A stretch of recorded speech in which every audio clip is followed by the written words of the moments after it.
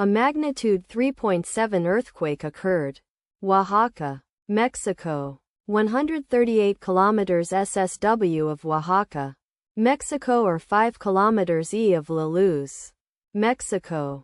On Sunday, the 8th of June 2025, at 3 hours 58 minutes and 21 seconds local time.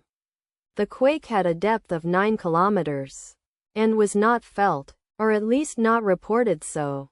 Data source from EMSC. Did you feel it? Let us pray. May the earthquake that occurred not affect our brothers and sisters there. May the earthquake not happen again. And may God protect everyone. Amen.